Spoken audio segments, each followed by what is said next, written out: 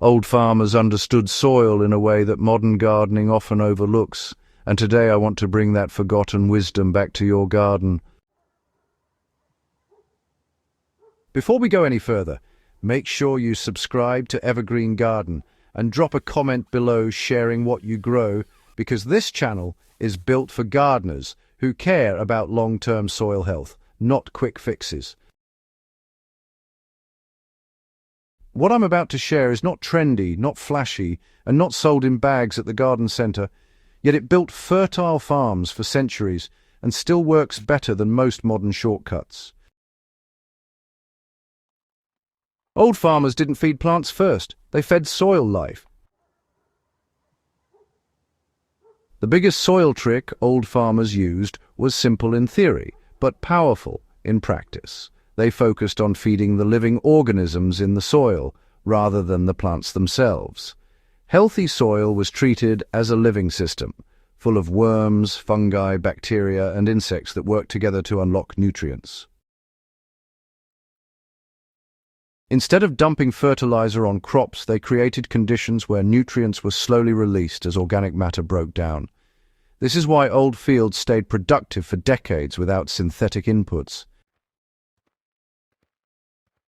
When soil life is active, plants receive nutrients gradually, roots grow deeper, and crops become more resilient to drought and disease.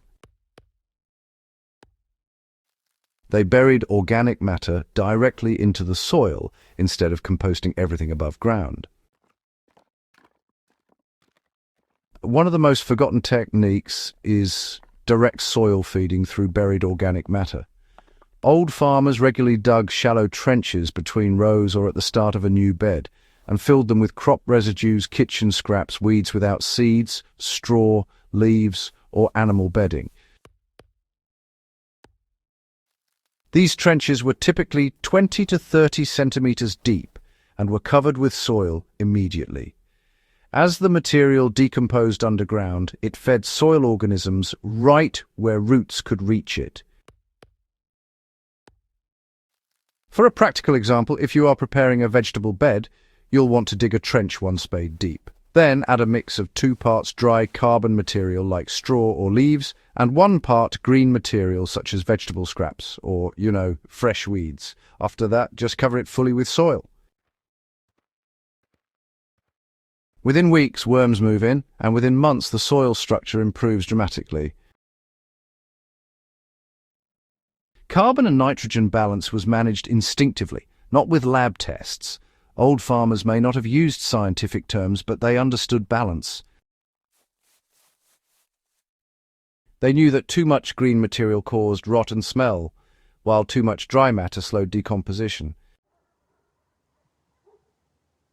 The rough ratio they followed aligns closely with what modern soil science recommends. A reliable ratio is roughly 3 parts carbon material to 1 part nitrogen material by volume. For example, if you add a bucket of fresh grass clippings, you would balance it with 3 buckets of dry leaves or chopped straw. This balance prevents anaerobic breakdown and encourages fungi and beneficial bacteria, which are honestly just essential for nutrient cycling and soil aggregation. They kept soil covered year-round to, protect structure and moisture. Bare soil was considered wasted soil. Old farmers rarely left land exposed because they knew sun, wind, and rain destroy soil structure. Mulching wasn't decorative, it was survival. Thick layers of straw, chopped stalks, leaves, or even pulled weeds were laid directly on the soil surface. A mulch layer of 5 to 8 centimeters was common. This cover reduced evaporation, prevented erosion, moderated soil temperature, and slowly fed soil organisms as it decomposed. If you apply this today, spread mulch immediately after planting, keeping it a few centimeters away from plant stems. Over time, you'll notice, fewer weeds, better moisture retention, and looser soil that doesn't crust or compact. Crop rotation was not just about pest control, it was actually a soil-building strategy. Old farmers alternated heavy feeders like maize or cabbage with legumes such as beans, peas, or clover. Legumes fixed atmospheric nitrogen into the soil through their root nodules, replenishing what previous crops had removed. So, a simple rotation you can use in a small garden is to follow leafy vegetables with legumes, then root crops, and then fruiting plants.